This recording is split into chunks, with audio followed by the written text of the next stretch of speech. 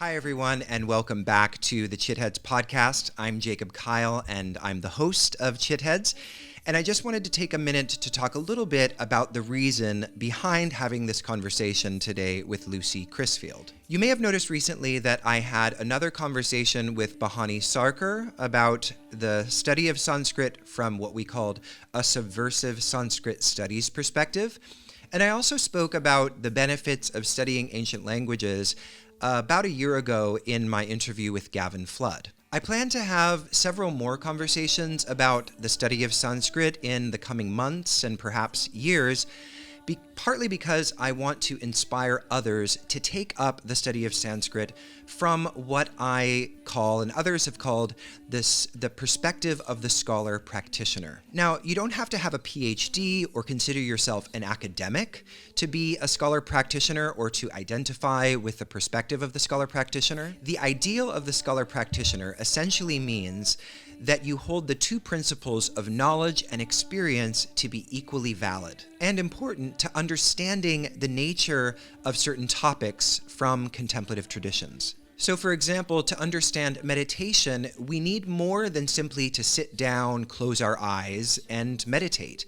We also need a context of knowledge and a theory of the practice of meditation to make sense of and to situate our own experiences and to provide a language for them such that they become meaningful for us. Without that context of knowledge, it's easy to misunderstand our meditational experiences, and we've all heard stories about those who've given up the journey of meditation because I, quote unquote, can't meditate, because I can't calm my mind. But with the right context of knowledge, we discover that not all traditions of meditation are telling you that you have to control your mind or stop the fluctuations of your thought. That's just one perspective. So, as I sometimes like to say, experience without knowledge is blind, and knowledge without experience is lame. Not lame like, ew, she's so lame, but lame as in lacking movement, lacking vitality. In the conversations that I'm having and will be having about Sanskrit, I'm interviewing folks who represent two sides of Sanskrit study. Those who come from more traditional environments where Sanskrit is approached as a contemplative practice and who practice forms of mantra practice and different practices of Sanskrit recitation. And then there are those like Bahani who are more academically inclined and who are interested in the literary and philosophical and historical dimensions of Sanskrit study and what it reveals about us and about the human condition. It's important to point out that for me personally, I'm not arguing for one side or the other and saying that one is better than another. I think that each approach is an equally valid adventure of life. And in each person I interview, I hope that you can see that thread of passion that unites all of these different Sanskrit practitioners or scholars across their respective interests, specializations, and commitments. Ultimately, though, I'm personally interested in parsing out the space in between these two domains because I consider myself to be someone who sits in between. I am a practitioner and I recite mantras as a part of my sadhana, as a part of my yogic practice. I also practice a tantric form of mantra meditation. And then I also study Sanskrit academically. I'm in the process of, hopefully at some point, completing a PhD that uses academic translation of Sanskrit texts and textual analysis within a larger philosophical project. I myself am particularly interested in Abhinavagupta's work and bringing Abhinavagupta more clearly into view as a world philosopher with unique contributions to a wide range of topics. But at the same time, I'm not afraid to say that the fundamental impulse of my academic study and my studies is a spiritual one. This contemplative desire, this desire for a type of meaningfulness and fulfillment is guiding all of the work that I do, even if I don't employ spiritual explanations within that academic project itself. But to me, scholarship and practice are always in tension at the same time that they are also complementary and support each other in unique ways. And so through my conversations, I hope to discover more ways of thinking about these two sides of Sanskrit study as well as the ways in which they depart from one another and ways in which they overlap. In my view, there are two dogmas about Sanskrit that are making it difficult for people to inhabit the kind of open-mindedness that I'm suggesting we should inhabit when we explore Sanskrit. On the one hand, we have folks within the yoga community who see Sanskrit as basically only one thing, and it's typically related to the practice of chanting or of using Sanskrit pose names in their asana class. And while chanting is an important first step, in fact, it was the first step that I took in my own exploration of Sanskrit, this is just the beginning. And Lucy Crisfield, who I interviewed today, does a really excellent job at unpacking the reasons why grammar and syntax, which are usually those points of Sanskrit study where folks go screaming out the door, is actually a mode of offering contemplative insight when we look at it, again, with the right context of knowledge. Sanskrit grammar and syntax is important because it reveals the way in which language structures thinking. And so by studying a very radically different way of structuring language, we can begin to see the ways in which our own language starts to limit our capacities for perception and lead us into worldviews and forms of thinking that are in various ways limited or might be causing us suffering. On the other hand, we have the academic Sanskrit community, many of whom are classically trained philologists. Philology just is this fancy academic word which means the historical study of texts. Doesn't matter which text, could be ancient Greek, could be Sanskrit, could be another ancient language, or any language. And for lack of a better term, these approaches can be somewhat dry. In fact, the scholars themselves would probably admit to their work being somewhat dry because there is this principle of objectivity that is pervasive in academia that often leads to relatively dry scholarship. And so if you're a yoga practitioner or teacher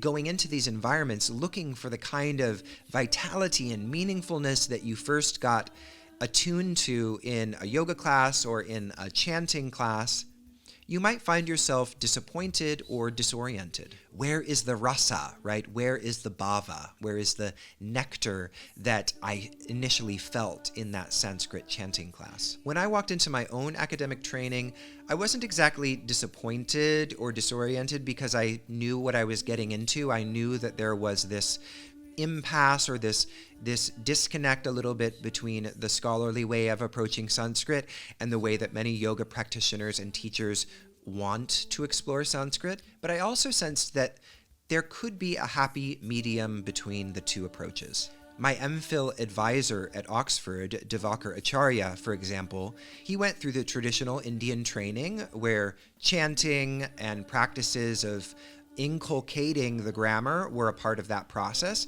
and then he also went through a Western academic process. And so from my perspective, he offers this unique integration of these two perspectives. For example, in his classes, we would chant the shlokas, we would chant the verses when we were translating them, which is something that you'll be hard-pressed to find happening in many academic classes when you're studying Sanskrit. But even in the academic study of Sanskrit, there is an encouragement of serious students to go to India and to study with traditional pundits as a way of balancing these two sides. And I think if we can bring these two sides into greater conversation, we will get to something like what it means to be a scholar practitioner. So through these conversations, and including the one that I had today with Lucy, I'm hoping to demystify the study of Sanskrit and to unpack the reasons why I think studying and exploring Sanskrit is a fruitful mode of contemplative inquiry, and that it can be directly relevant to life and isn't merely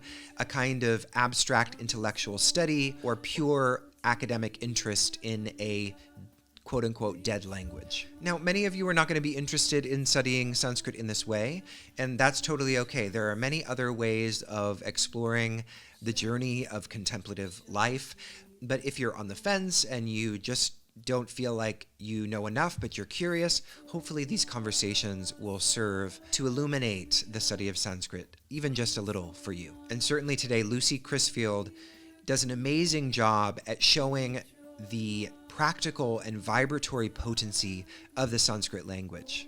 She is devoted to the primordial faculty of sound and the vibratory power of language, as it is said it was revealed by the ancient rishis in those original sacred Indian texts, the Vedas. So I hope you enjoy this episode, and thank you so much for being a Chitheads listener. If you're watching this on YouTube, please like and subscribe. I feel silly saying that, but it helps, obviously. And then if you are a podcast listener, it would be great if you have a minute to leave us a positive testimonial on your podcast app, whether it's Apple Podcast or somewhere else. It really does go a long way to getting this podcast out there and accessible to more people.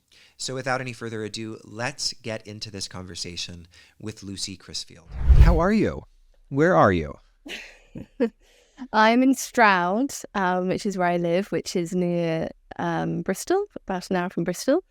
It was just beautiful to read about these incredible teachers in London. Yeah. You kind of you paint this really vibrant picture of a really kind of spiritually rich city, you know, if you know where to find it.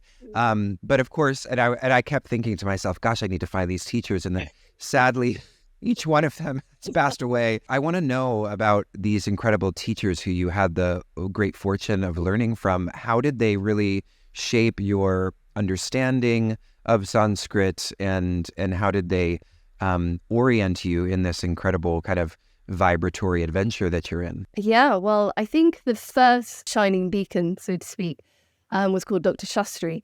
And I'd enrolled in the SOAS to do their evening Sanskrit course. And so I went to a talk, and there was Dr. Shastri was giving a talk there.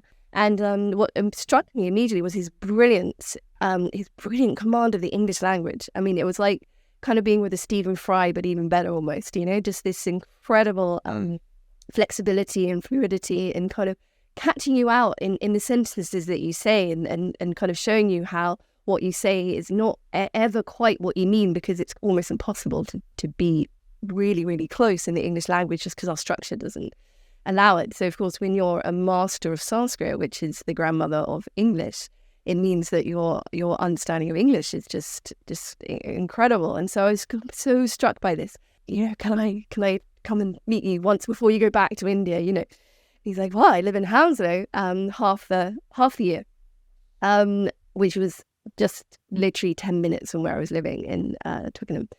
6 months of the year. And I thought, oh, wow. And then he spent the other 6 months of the year living in a Sanskrit speaking village. Well, that's where he was from, sorry. In kind of near north of Mumbai, like about, 5-6 hours north of Mumbai. I still haven't managed to visit it. So I went one-on-one. I went to see him. I think I had 5 years with him.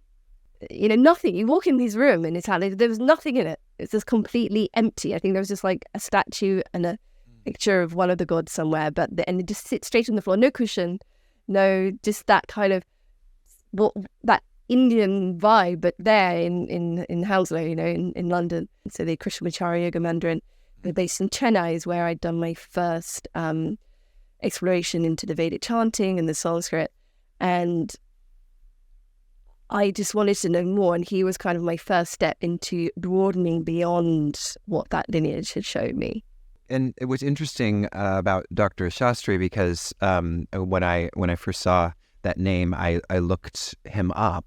I Googled him, and actually the first thing that came up was my advisor at Oxford giving the Dr. Shastri lecture on like 2021. So I just thought it was this beautiful serendipitous connection that... Yeah. So I thought that was really beautiful. Just to... Yeah, I know that Shastri had a lot of influence, a lot of connection in Oxford, in the Oxford Centre, and the School of Economic Sciences. So all the kind of main hubs of Sanskrit in England, I believe Dr. Shastri was definitely an advisory element of that at some point in his time, because I think he lived in England most 50% of the time for a good 30, 40 years, like a long time. So yeah, he left. So would you say that because your approach to Sanskrit is quite rooted in kind of the traditional sonic theology in a way.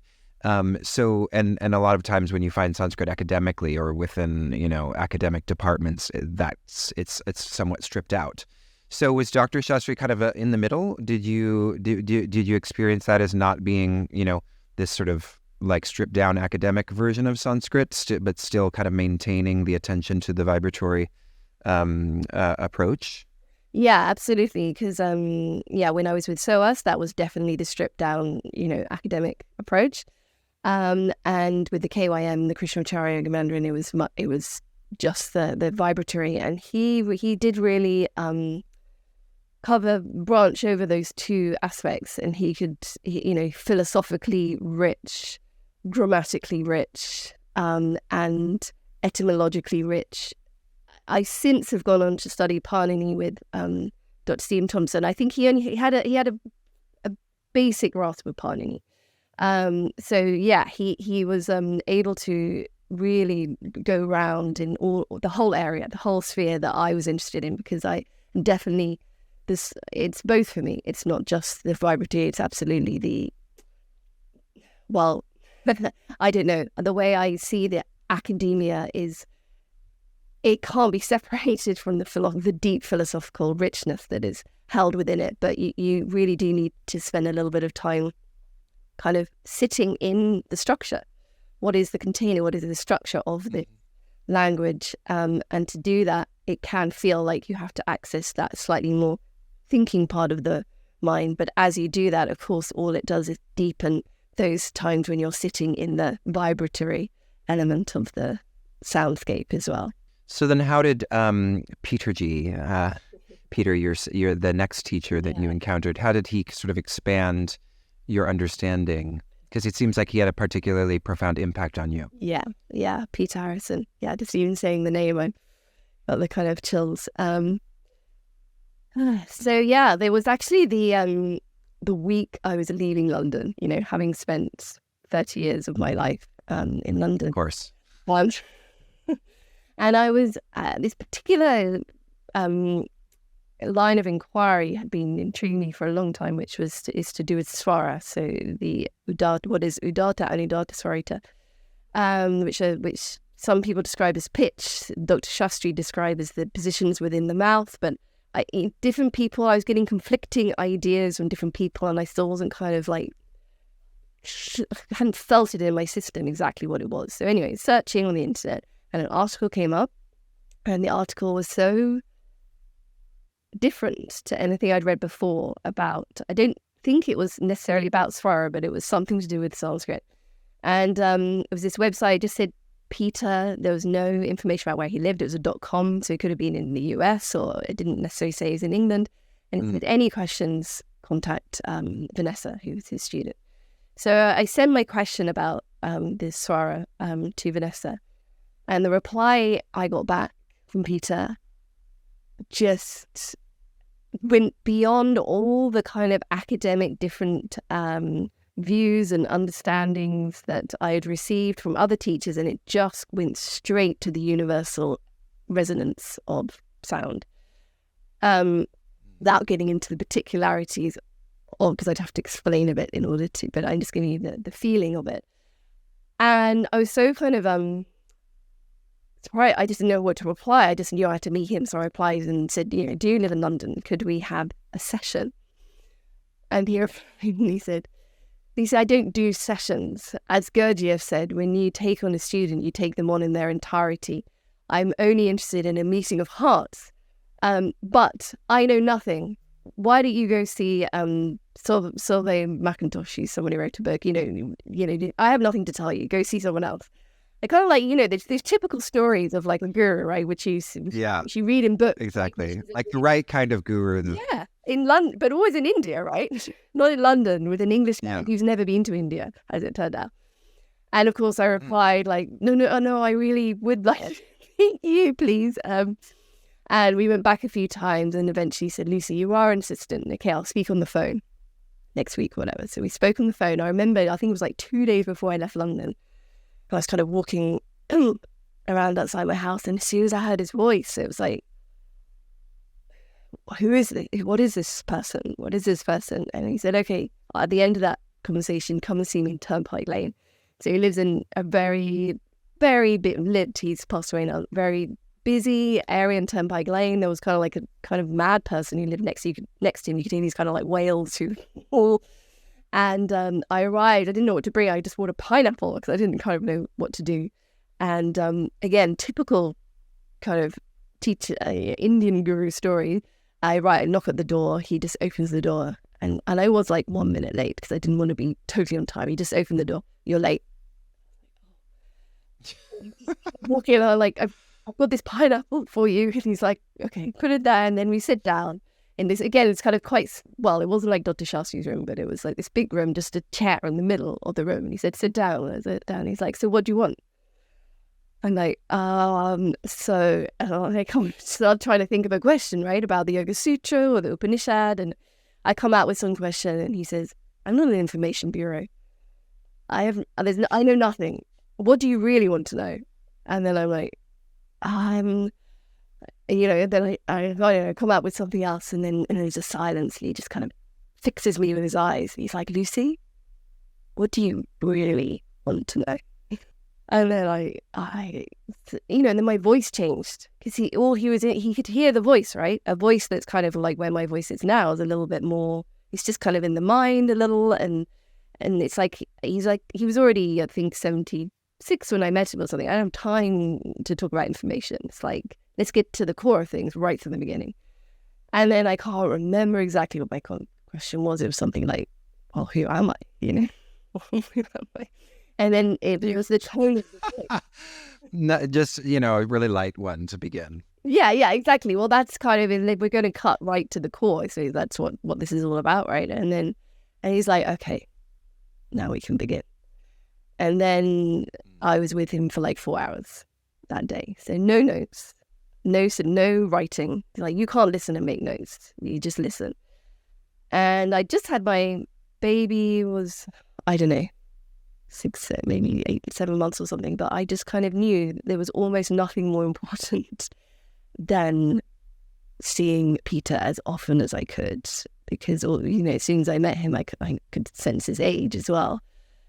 And I then traveled down from Stroud, so 2.5, 3 hours, gave my baby to my mother, and it was always a 4-hour session as often as I could, sometimes every other week, but then it lessened when the other baby came, and then I got involved. He had a group, so then I joined the group, and I went on a few retreats together. And so what Peter gave was, he was a master of sound. And that was what I was looking for, a true master of sound. And I'd already studied the Yoga Sutra and the Upanishad with the KYM, with Kaustubh, with Desikachar, Kaustubh before he had a whole thing, if anyone knows about that. But anyway, previous to that, I was very involved with him. And I'd studied with Dr. Shastri and also a little bit with Dr. Stephen Thompson. And then when it came to Peter, it was like, okay, so here we're finally getting to the cherry on top. We're finally getting to, it's nothing about all these conflicting different intellectual ideas about what things are. It's about the sound. It's about the resonance. And it's just about tuning our ear to hear. And in fact, we all have this capacity. It's an innate within everyone. But firstly, we often don't trust in because we're not used to trusting and knowing that isn't that kind of like mathematical, I understand 2 + 2 is 4. That's not the knowing we're looking for, right? And that's what we tend to do as Westerners because we come from that kind of structure of we've made a connection in our mind about the feeling in our body and what it is to know something. And so if we don't have that feeling, we don't think we know something. But what Peter showed me was that feeling that we have is actually a restriction, a block to allowing the actual knowing that these great words bring forth within us. And it is impossible to access that without the sound because it's brought through the sound. So the very idea, which I already knew about, trying to look at the Yoga Sutra in a translation, it's just kind of an interesting exercise. But obviously, if we're going to access it through the sound, first of all, we need to know what the right sounds are. And then once we've kind of heard those right sounds and learned how to kind of feel them, there's a kind of dropping of a turning from making the sound and looking for answers, like, what does this mean as I make this sound, to kind of that kind of backward step they talk about in Zen of just noticing what's already there in the sound, hearing what's already in the sound.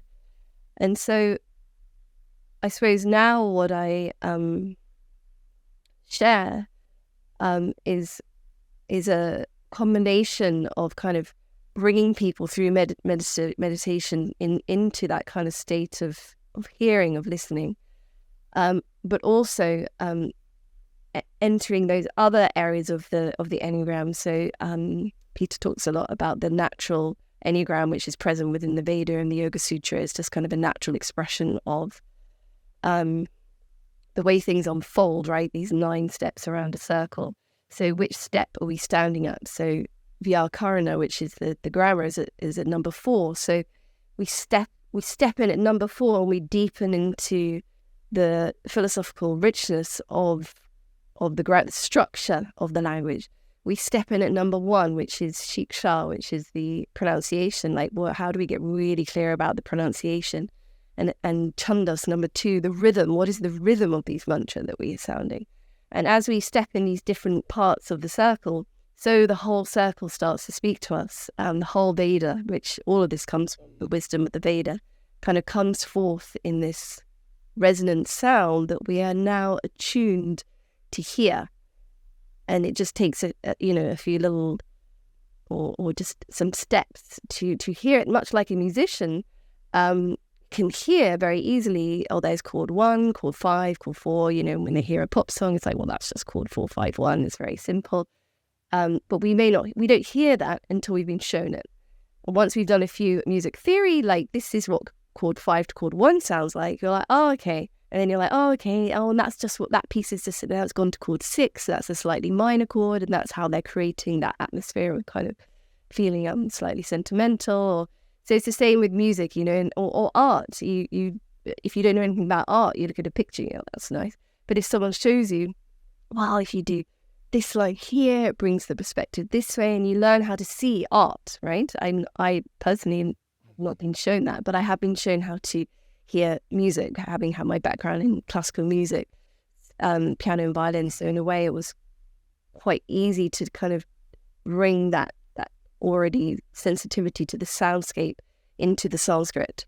Oh, I want to pause on that because I really like this. So you learn how to see art. I love this analogy because it also kind of resonates with what I see in the work of Abhinavagupta, right? Is that there's this sort of process of cultivation. There's this process of sort of almost like a form of aesthetic refinement that happens. So, in the process of kind of cultivating oneself spiritually. And do you then, so do you see it then as sort of like development of a certain faculty that is latent? To be able to hear the Veda is something that we all have the capacity to do, but as you're describing it in terms of learning how to see art or learning how to hear music based on theory, that this is a faculty. It's not something kind of, in other words, it's not something utterly transcendent. There's something actually quite pragmatic and available about it. Yeah, absolutely. Because I think that's what people often resist, right? As they think of it as this kind of otherworldly thing, when in fact it's just a fact. It's like a muscle we haven't developed. Absolutely. And when I when I work with people as an intro thing on yoga teacher trainings or something, I'll show this. We'll sound the 5 basic vowel sounds, and then I'll ask them, well, which one's which element? Earth, water, fire, wind, space. So they're sounding. And they're like, oh my god, I don't know. I'm like, well, just try. We're going to sound them. We sound the 5 vowels a few times, and then it's like, okay, which one's water? Which one's earth? And then often there will be quite a few people who's like, well, that sound was just water. I just knew that was water.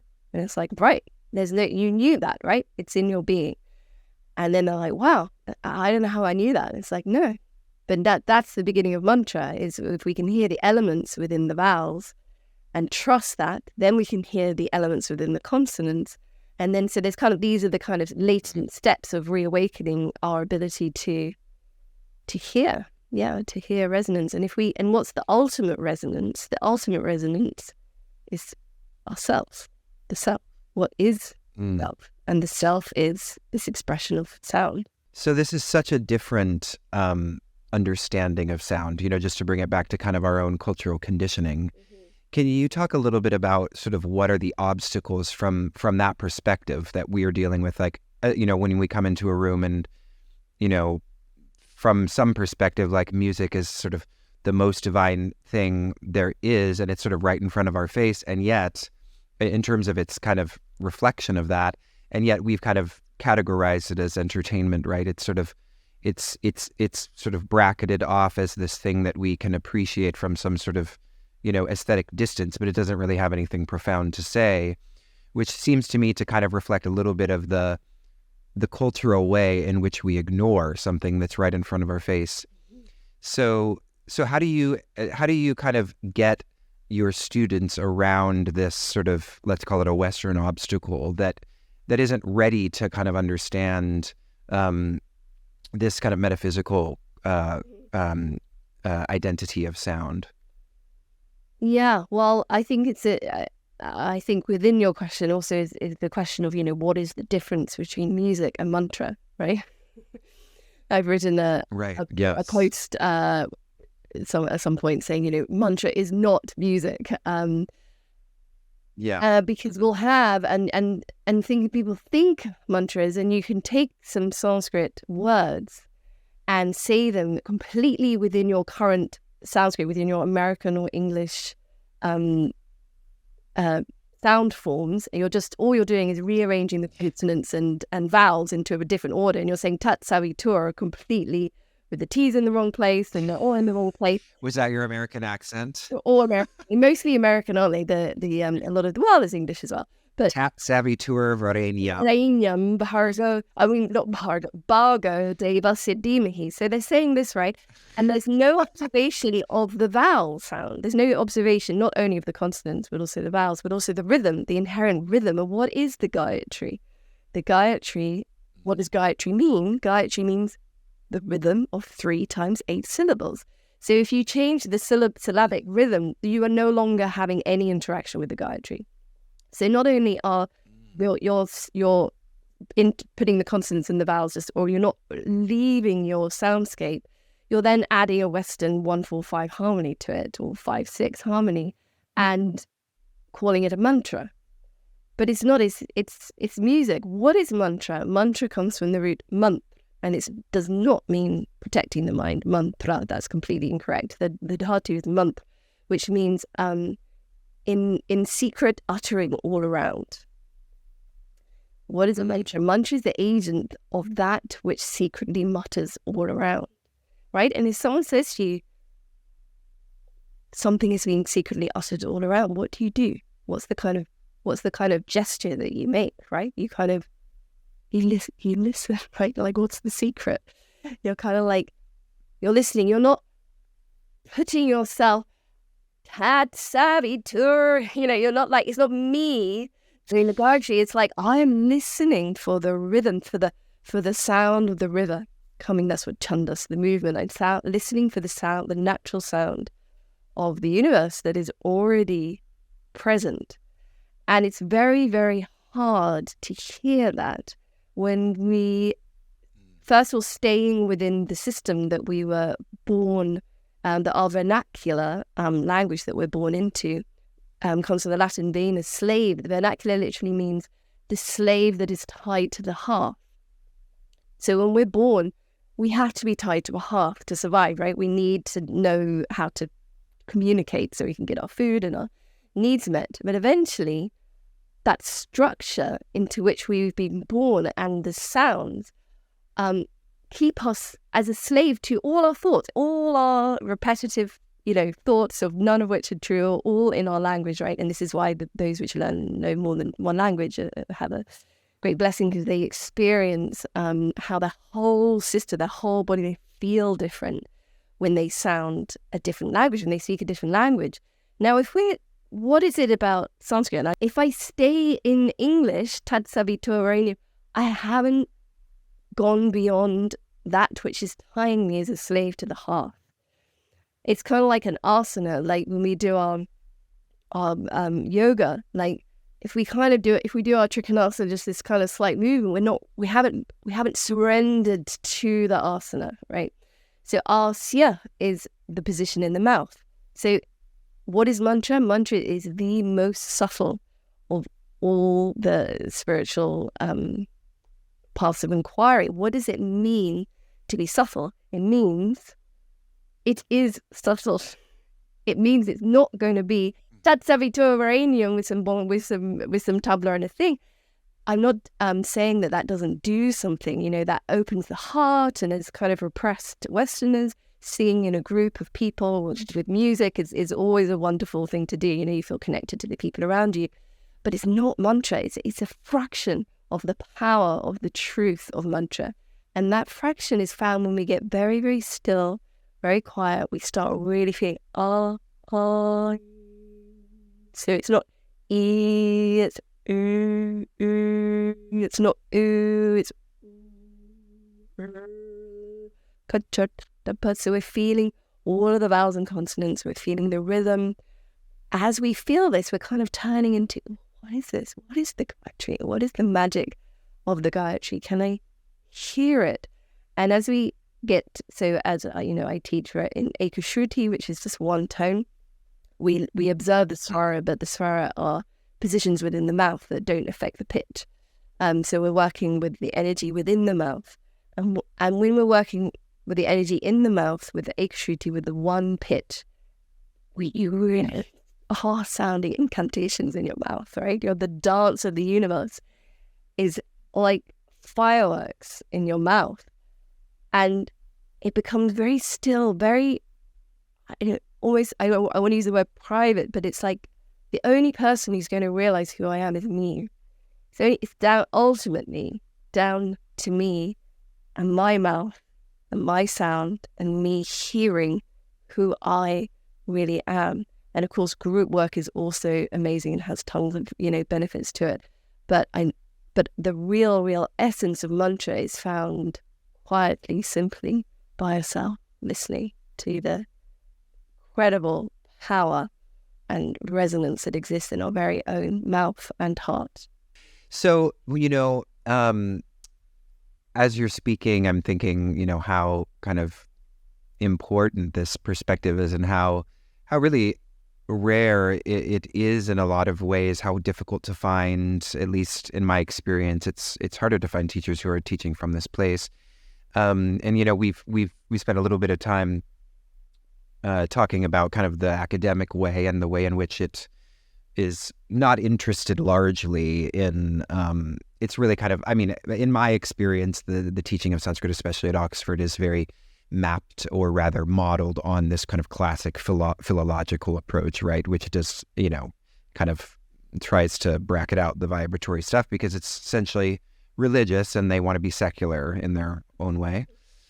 Or they think it's religious. That's how they see it. But then at the same time, so we have that on the one hand, and then the other extreme is sort of the modern yoga world where this teaching or this perspective of the philosophy of sound is generally missing. So I'm curious what your experience has been in kind of the modern yoga world, and do you see it is a sad thing that much of postural yoga sort of is anesthetized of this truth, or do you have a kind of, how do you sort of relate to that, and how do you enter into that environment when you're teaching, knowing that this is going to be quite alien to many yoga practitioners? Yeah, good question. There's a few streams coming to me.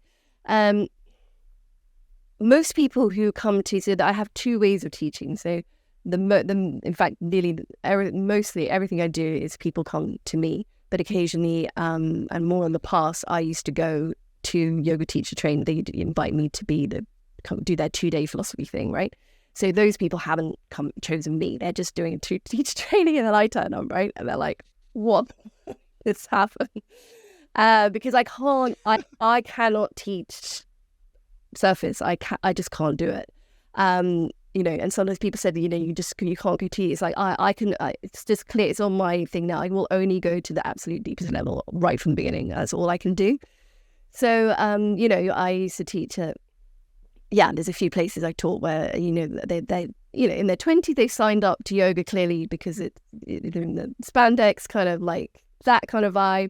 And, but everyone, and I taught it, about 5 years ago, I've taught a couple of really tough ones, 40 in the room, 43 in the room, just, they're all on the phones, eating, and you've got all in their 20s, just never done anything like this, right? And you've got a harness, and every time it's happened, magic, absolute magic. And the toughest group, it took 2 days. Most groups, it takes half a day. But the toughest group, it took 2 days. And by that second day, they're all listening for the first time. And why? Nothing to do with me. It's because of the sound.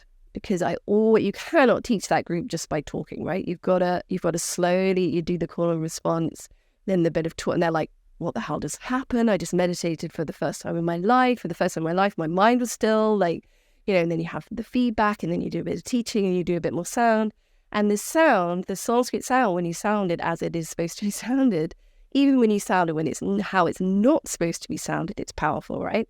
Even when you just hear it completely incorrectly pronounced with a guitar, it does something. So just imagine what it's like when you actually sound it right. It's like you get right down to that core. And that, it's amazing to see. They just didn't even know that this could exist. And they'll all say, this is the best part of the teach stream. Such a privilege, so grateful that you could be here. And then the people who, but I do less of this now just because I'm doing more of, I don't have so much time.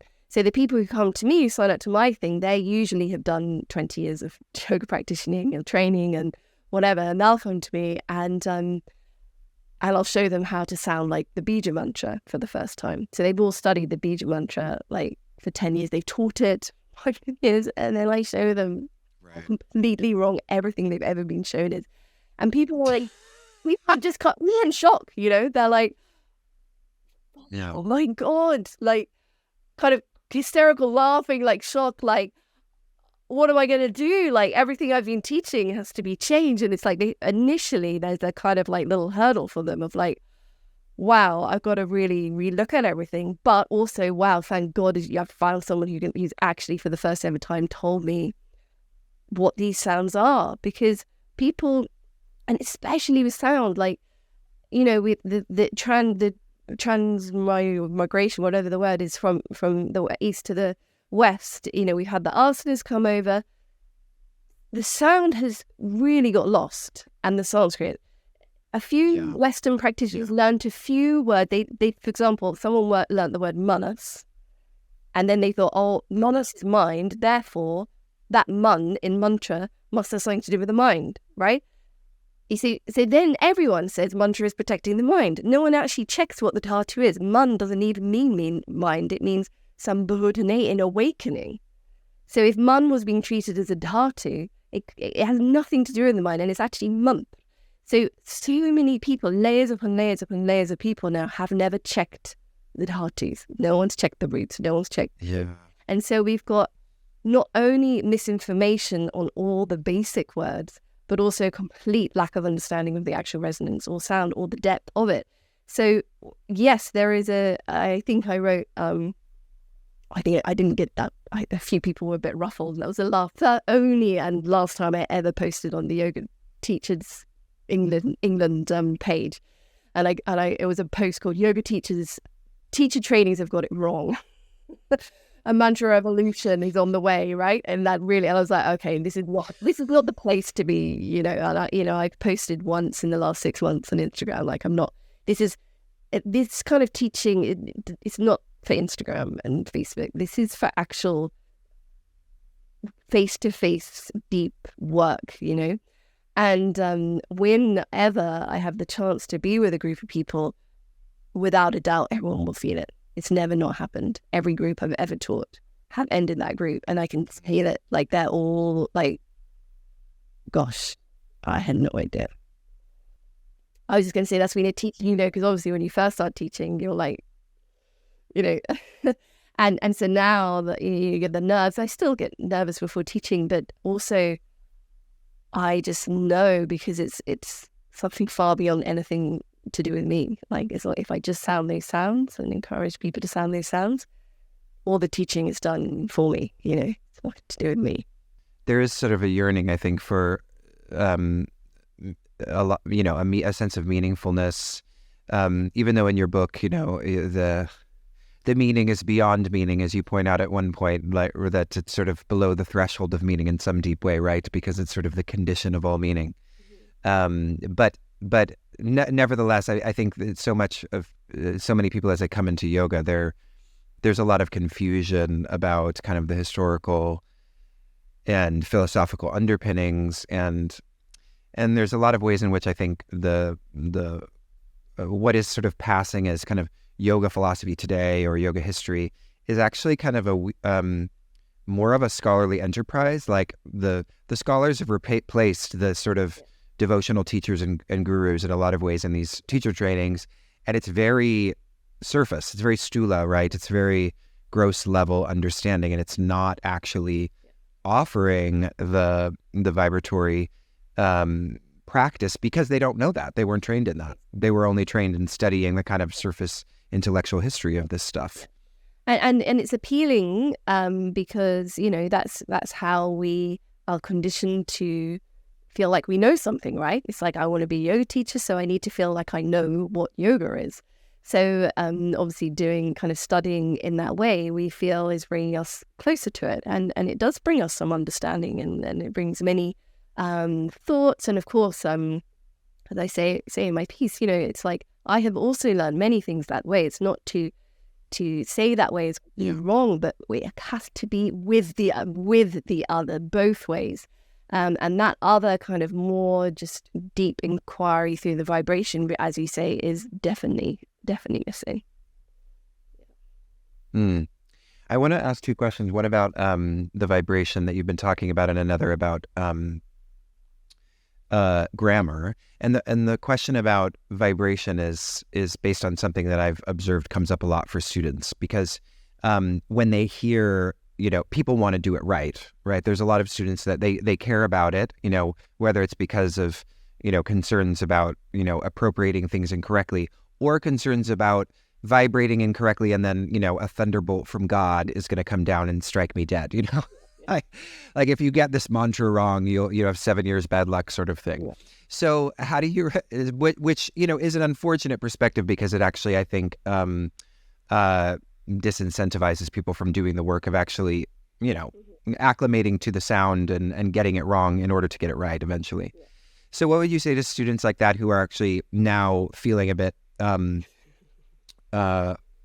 concerned about getting it wrong and what that means? Like, is there since there is a vibratory potency to these mantras and a physiological effect in some deep way, doesn't that mean that if I pronounce it wrong, I'm going to, grow myself a third arm? Yeah.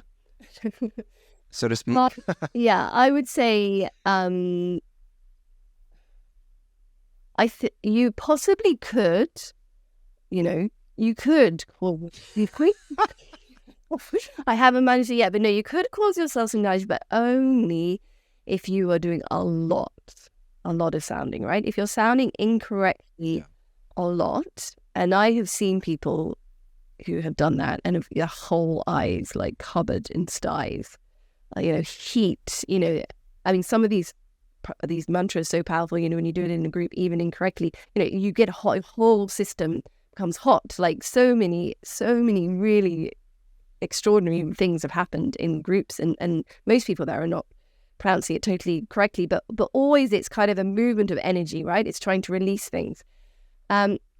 If you're not doing 2 hours every day, consistently and correctly, and you're just occasionally do it, and the intention is there, in the heart of there, then it still is, going to be a deeply beautiful and powerful experience, and you can trust that whatever energetic experiences happen are part of this moving. And it's a beautiful image that Shankara gives in the Isha Upanishad of two pieces of sandalwood. So when you rub two pieces of sandalwood together, It's a very disgusting smell, apparently. I haven't actually smelt it. And so this is the idea of sugandhim in the Mrityunjaya mantra, the good smell. So it's a very, and this is a image to describe what happens when we come near the Veda or the mantra, right? So when you first come near it, you're coming near this very intense energy, creates a bit of a bad smell. But eventually, as your system comes more into harmony with that Veda, then you get the beautiful smell of the self, of the sandalwood, right? So there are many different extraordinary energetic things that can happen. And I would trust that even, getting it right is a lifetime journey anyway, and, hitting that perfect sound. If we're there with the right intention and we're interested, it's more about the attitude. Because if we're like, I'm going to sound this, I've heard it's good to sound it 108 times, so I'm going to do that every day for a month. That could have some untoward energetic effects. But if we're sitting there with like, I'm interested in just kind of hearing like my voice and hearing what the sound of this mantra could be and investigating with it and listening, then that kind of attitude is not going to bring us, it can still bring us massive energetic experiences, but they are going to be part of the process of that sandalwood rubbing towards that, and we can trust it. Yeah, I'm thinking of, it's almost like a repetitive strain injury, right? Like if you do something once or twice, you're not going to get that injury. But if over time, if you do it incorrectly over and over and over, like chaturanga, for example, you're going to, tear your rotator cuff. Yeah, exactly. And it, presumably then, if you are in a place where you're actually so dedicated to a practice of repetition that you would be repeating it for 2 hours every day, you probably also are interested enough in the recitation to learn it correctly and would have sort of discovered that at some point. Exactly. And, people will email me, if they're doing a course with me and like, well, I'm having this really strong energy is happening. It's just like, okay, just back off the sound a little, just do 5 minutes rather than. So, you do have to be careful. I mean, I absolutely, when I started, when I started, I was Bikram yoga only, right? And then only Ashtanga. It was like the idea of sitting still was just like crazy. The only thing I could do was sweat hard in a room, right? So I had to do lots of Bikram before I could handle Ashtanga. And then I was doing Ashtanga and then Jiva Mukti.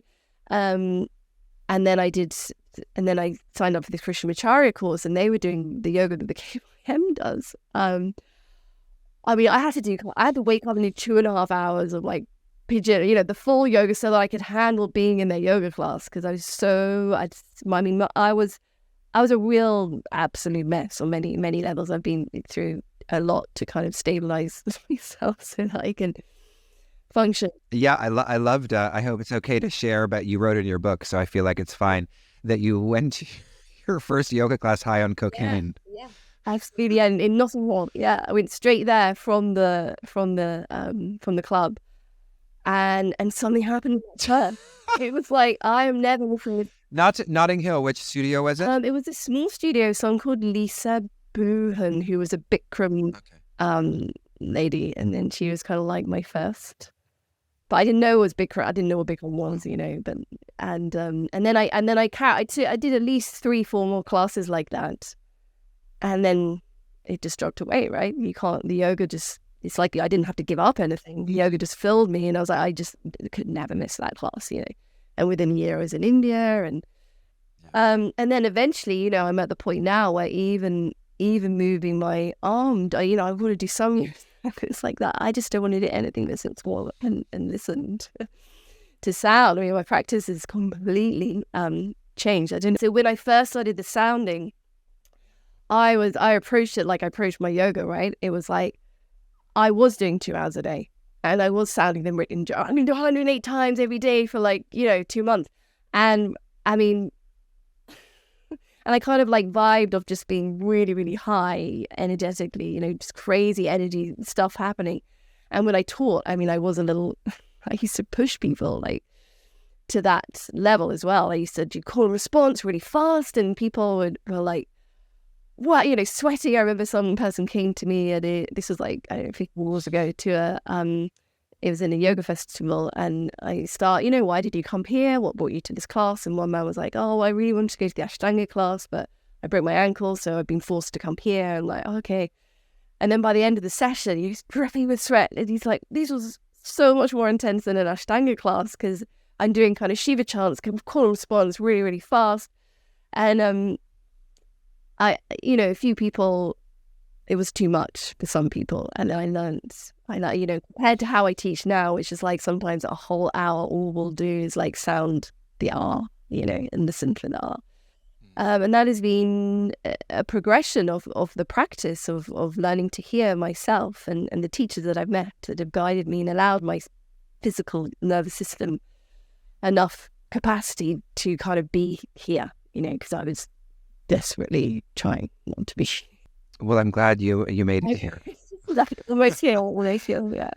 So my question about that sort of segues nicely into my question about grammar, just because in terms of the sounding, right? So one thing about that I've observed also in terms of this, I guess, because I consider myself a student who also sort of came from yoga into Sanskrit, and of course when I first studied with a teacher more formally, the several other yoga teachers / students who came into that class fell away very quickly because of the grammar, because the grammar was so difficult and intimidating, because the grammar is hard. The grammar and the syntax is really hard. So, and what's more accessible for many people, and what many people I think they're like, oh yeah, I love chanting mantras in class, and I love namas and kirtana, and so I want to go and study Sanskrit more formally. And then they realize, oh wow, this is actually a super complex language, and then they might get pulled into pedantic grammatical considerations that don't feel like the spiritual practice to them, right? So I'm curious, when you were talking about how we enter into it from these three pillars, right? The vibration, the grammar, and the meaning, the rhythm. I said the rhythm. Sorry, yes, the chanda. What is that grammar in your view really necessary, or can students kind of still extract the profundity of Sanskrit from merely vibration or merely a chanting kind of practice? They can, absolutely, you can, but it adds so much. I mean, it's yes, of course you can, but it's kind of impossible also at the same time. I love teaching grammar, and I don't call it grammar because you hear grammar and you think the English word, it's Vyakarana, right? Yeah, right. It's Vyakarana. Grammar is a psychological process. It's refining the mind to be able to see clearly. So the way I teach the Vyakarana, I was very blessed. Dr. Shastri taught me all the paradigms with the sounds of his village. So Rama, Rama, Rama, Hey Rama, Hey Rama, Hey Rama, Rama. So we learn all the paradigms with chant. So they're learning, so we have early morning, on my grammar course, we'll have early morning chanting sessions where we're just chanting through all of the nouns, all of the verbs, and the panini, so so I'm teaching the grammar through sound as well. You can't separate it, right? The whole of the grammar came forward in Panini Sutra, which is all in sound. And I was also blessed for Peter to show me the depth of the Panini Sutra. A sutra, the definition of a sutra is Vishwamukha, turning in all faces. So it's universal, right? It's not just applying to the grammar, it's applying to me and you. I am a word, just as you are a word. What happens when we come together to form a sentence that is happening between us? You can't separate grammar from the experience of me as a word moving around in life. So I'm always, it's impossible for me to teach without going into the deep philosophy of every element of it. And I think, that's often what my students say, they kind of, okay, they start with the sounding with me and then they're like, okay, well, I'll learn how to read it. And then before they know it, they're kind of so far along and they're like, well, I just never knew grammar could be at such a deeply psychological and not just psychological, spiritual process of deepening in how to see clearly, because you can't do the Sanskrit grammar if your mind is not clear, right? You've got to be able to see, and also the karaka. So I've just finished my chapter, The Cosmos of the Sentence, 10,000 words. It's my longest chapter, but I think it's going to be accessible. There's 1,000 words on each of the words. The cosmos of the sentence. I love that. So in, with, by, for, from. What do they mean, right? What are these 6 key little words that we use all the time in English? I'm going with the person from here to there. There's only 6 relationships a word can have with an action.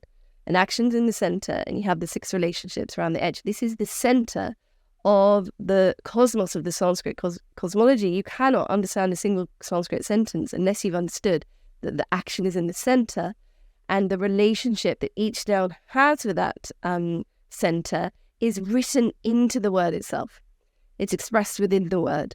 It's deeply philosophical. You can't. That's what my whole first grammar course is on. You can't even begin to enter into it unless you understand the deep philosophical foundation of not only every sentence but every word. So I've also written the cosmos of the word, which is shorter. So the dhatu and the pratyaya. What are the 2 bits that join to make every word? Consciousness and matter. Why am I called the word? The beginning was the word, because I'm a joining of consciousness and matter. So prakriti and purusha is in every word, and when we can see this, the beauty, then you can, each word becomes a kind of jewel, a universe. If you don't have the kind of structure to understand how a word comes about, and also the 4 stages of speech, that every word, physical word that we speak, is a product of the subtle dimensions joining in what's called the Madhyama realm, and the Panini grammar is all in subtle and causal. It's discussing it's a meta language which discusses how the causal and subtle elements give rise to physical speech. And beneath that, physical, subtle, causal, we have the para, that which is beyond, down where we get the paranormal, beyond, in our lower belly. What is more magical than how every word comes forth in this moment? Where is it coming from? Can I be aware of the subtle and causal realms that bring forth this word? And this is what's so beautiful. You see, Sanskrit is the easiest language in the world to learn, is how I always express it, because it makes so much sense. It's kind of like the intuitive, it's just got this intuitive resonance of, oh, of course that's how it is. And written into every single word is the map of exactly how that word came forth from that which is beyond, through the causal, through the resonance of the vowels and the consonants, through the subtle, and into the physical realm. And of course, when we understand that, when we can hear, I hear the word karma, but karma comes from krut. And what's krut? And what's about r? That's fire. Krut, karma. You're like, it's like taking apart a watch. Vyakarana, the word for grammar in Sanskrit, means fully taking apart the parts, right?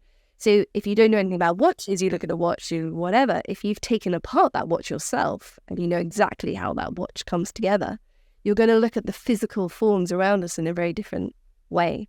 So as we take apart every word and every sentence and we look down to the subtle and causal realms, we come back forth with a new vision, with a new capacity to hear.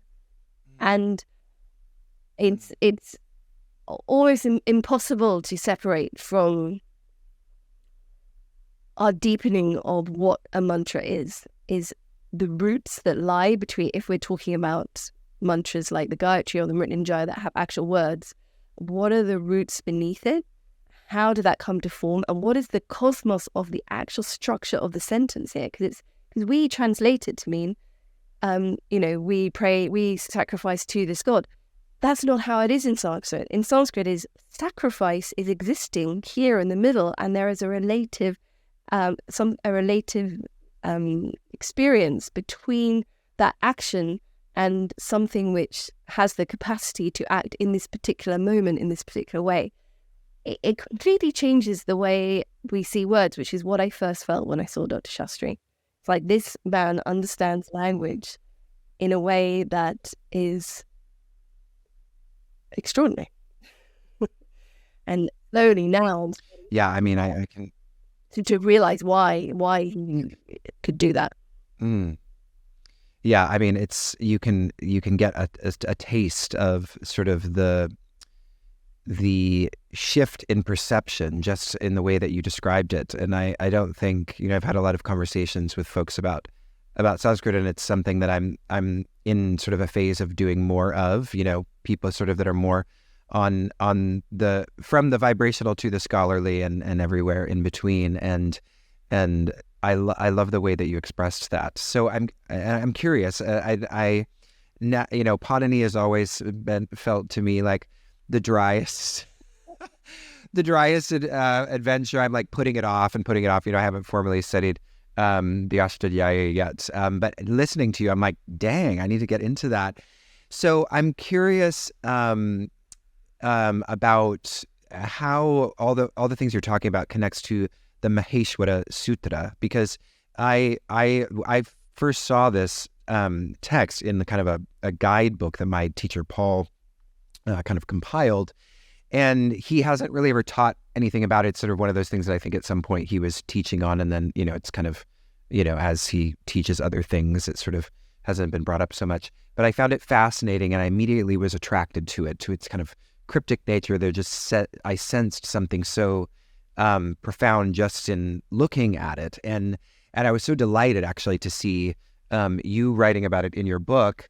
And I don't know if you know of this book, but I don't know how legit it is or how grounded the perspective is, but it's called Shiva's Hologram, the Maheshwara Sutra, and it's the only thing written that he did, yeah, because it's the only thing that I've seen written on the Maheshwara Sutra. I've never seen it. I haven't seen any literature on it. Maybe you have.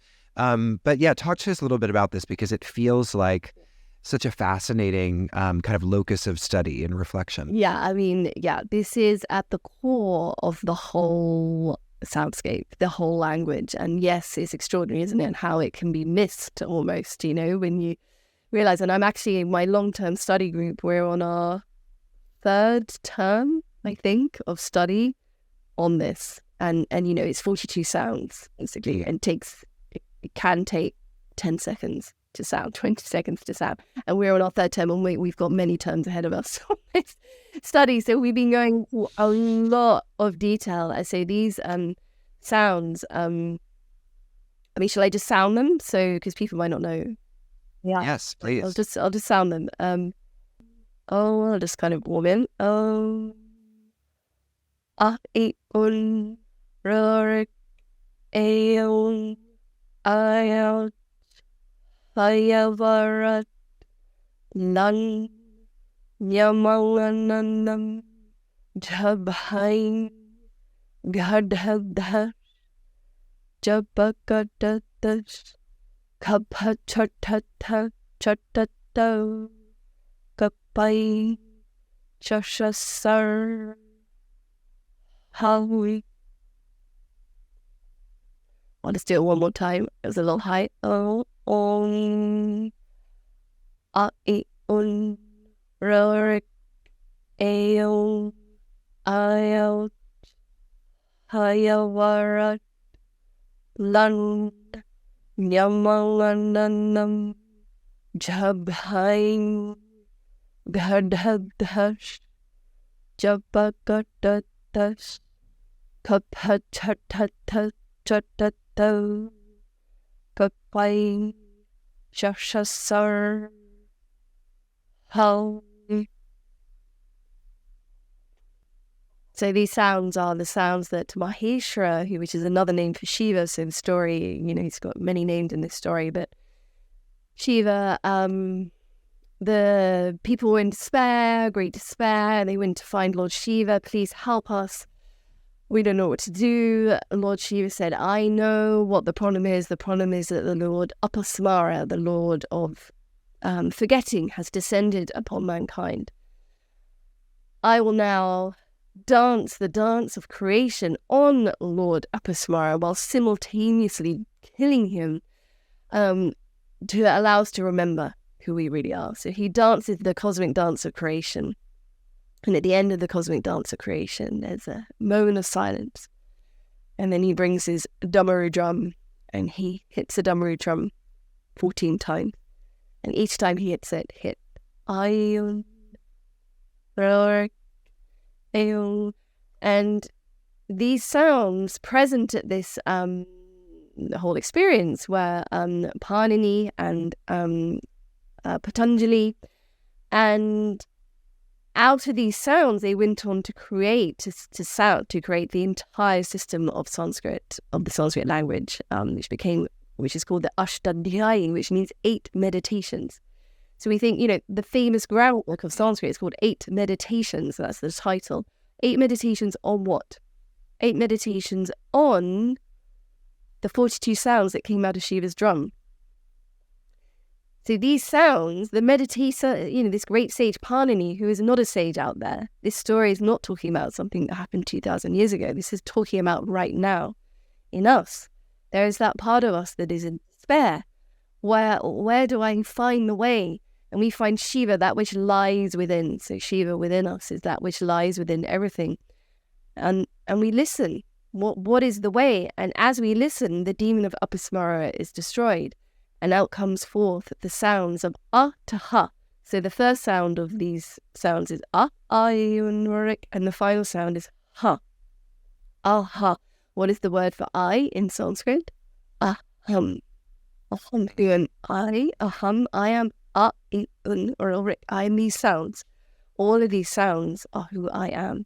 And each of these sounds is related to a different element, or not related to, is an expression in the most subtle form of a different element, of a different movement within our system. And so by hearing these, this is kind of like the most connected, the most kind of raw connection to the sound of the self is in these sounds that came from Shiva's drum. And the whole of the language is a meditation on those sounds. That's at the core of the whole language. I mean, what's more exciting than that? Like we think Panini, and what does Panini mean? It comes from the root pan, which is got 2 meanings, which means in praising and communicating.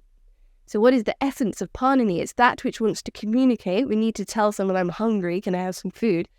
And also it's to praise the wonder of the world around us. That is that if we can't communicate, if we can't praise, we have nothing. We need language. We need the capacity to speak truthfully in connection with our subtle and physical and causal realms. And we all know what it feels like to not say what we need to say, to have said the wrong thing, to have masked ourselves because we have a perception of what is required in this moment and what's acceptable. So we kind of monitor ourselves and don't speak. And then afterwards, nearly all of our issues come from not a direct, clear communication of our deepest being. And what does Panini give us? The study of Panini gives us the steps back into ourselves, directly into aham, directly into Shiva. Is aham, I. And when we're rooted in I, the blocks that are going to stop us from truly bringing forth who I am can be let go of, can be dissolved. And then what is more powerful than someone, not that it's about power, but I'm just thinking of the Sankalpa, bringing the Mother of the Gods chapter, my partner. He smashed up the Shell building in London, and he didn't, but a few of the people he was with, he actually sat on the top of the Shell building for a night. Anyway, he got taken to criminal court. It was part of the XR thing, and all 6 of them got found not guilty, primarily because of what Sid found. What he found was that he believed that the people of Shell would have given him permission if they knew what the result of their work was. And he stood in that courtroom, and because he had worked so hard to find what he actually truly believed, and that action aligned entirely with the truth of that feeling, and he was able to bring that truth forward in his words, the whole courtroom was brought to tears, shock. The prosecutor literally didn't know what to say. All she could say was, "You're lying." And he didn't have to say anything because he had found that connection that allowed the truth of his self to come forward. And it was so powerful that, as someone there said, he was almost like it moved mountains. That's how powerful the word is when we truly step into it. And this is a path. The path of Panini is a path to finding that within ourselves. We don't all have to go smash up the shell building, but to be able to step into who we are and what it is for us to do, and to not hear what everyone else is saying, is a revolutionary act, actually.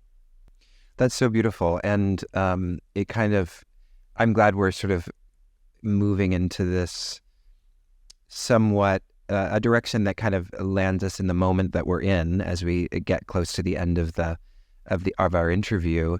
And so I kind of wanted to just ask you more directly about this idea of praise as being sort of, one of the powers of language, from a Paninian perspective, but also perhaps, from a cosmic perspective. I'm curious if you think that some of the challenges that we're facing socially, politically, globally, in some sense boils down to a lack of access to this capacity to praise. Can you speak a little bit about that and how you see that as connected to, just some of the symptoms of the Kali Yuga? Maybe a way of getting into that would be speaking of the tendency towards tribalistic mentalities in general, populism, and kind of this sort of this hardening into opposing camps, and a loss of, at least this is how I'm seeing it, a loss of kind of a lens, or rather a language for, to bring it to the topic of our conversation, or a conceptual vocabulary that allows us to speak to or from our interconnectedness, our shared ground of being. That all seems to be missing. So I'm just curious what all of what we've been talking about has to do with that. So, I mean, that is written into the structure of Sanskrit. It's like impossible to lose us, our connection with that almost. If you're connecting with Sanskrit and you're being shown, you can connect with Sanskrit and not look at those deeper elements as well. But, it's all there. And yes, I feel absolutely, I think probably in essence, it is the lack of listening, the lack of hearing what is being uttered all around, and the need to be the one who is uttering, to state, what am I stating forth, just for the sake of stating forth, rather than a hearing in kind of collaboration, in a hearing to what the moment is calling forth. Peter would always say, what does the moment require? And then we're in service, kaivalyam, the actual goal, if there is a goal of yoga. So many people have never heard of this word, kaivalyam. Everyone says, if anyone knows anything, they'll say it's samadhi, the 8th step. And it's like, well, what about 9? There's never 8. It's always 9. And the 4th chapter, no one ever gets to the 4th chapter of the Yoga Sutra. They stop at chapter 2, right? And then chapter 4, kaivalyam. And what is kaivalyam? Kaivalyam comes from the root cave, which means sevane, in serving. And kaiva as a whole means an aloneness. So kaivalyam is kind of an alone serving to the whole, the one serving itself. Can we hear that? Can we notice there's many different layers of becoming, of being that service of what is required, no matter what our ego says we think that we should be doing. But on a kind of first step, it's just that, keeping that question alive within us. What does the moment require, rather than what do I require? And of course, there's a time and a place for asking what do I require, especially when you spend your whole life not doing that. So each teaching, this is the importance sometimes of a teacher, asking the right question for the right person at the right time. And not presuming that question, as we so often do now, means that the opposite question is wrong, right? Really hearing, that the opposite question may be relevant sometimes, but bringing in that kind of greater context of the sentence, we're not just the word. Let me just read, if I can, this paragraph. This is in Hatha Yoga from Exile to Wholeness. I just saw this before I started. Occasionally, like the verb of the sentence required after a string of nouns, we must sacrifice ourselves as the necessary word to give a desired sense of meaning to the whole. We read a sentence one word at a time, but the imprint of what is to come resounds at the beginning, and the beginning echoes at the end. The impact of any word runs like a river back and forth throughout the sentence. As we listen or read, we trust the processes at work as the relational capacity of hatha runs through the sentence, much as it does through life, creating a cohesive meaning of the whole. So I think we can quite easily become an isolated word. It's all about me and myself and and just become the most amazing person of you that you can, which has a shelf life because it's not who we are. Why does it have a shelf life? Not because it's wrong or, but because the fullness of who we are is not held within that view, within that mentality, within that looking within that lens. There is a deeper lens asking for us to be stepped into, and life will pull us there. The gravitational force of hatha swells ruthlessly from life's core, calling us to become the living force of the death that awaits us. It calls us to step out of the paradigm of better or worse, to trust the force of its energy and allow life to become conscious of itself. And so I finally surrendered to its call and stepped wholeheartedly into the life before me. The first shloka of the seminal work on Hatha Yoga, the Hatha Yoga Pradipika, tells us that Hatha Yoga shines before us as a staircase rising to the heights of Raja Yoga, the teaching of the Yoga Sutra. And so the Yoga Sutra starts where Hatha Yoga leaves us, threading the knowing of reality itself into the substance of the continuous unfolding of our life. The staircase of Hatha Yoga is laid before us by the unconscious current of our life. Our agency belongs in whether we choose to step consciously onto the ladder or not. It was the pain of the present which carried the weight of my previous suffering that gave me the strength to step onto my ladder. And as I did, I turned to face the perpetrators of this difficulty and embrace them as essential parts of my dance. Without diminishing their wrongs, I thanked them and reclaimed both the victim and the perpetrator, male and female, you and me. And as I answered the call of two in its depths, I found one.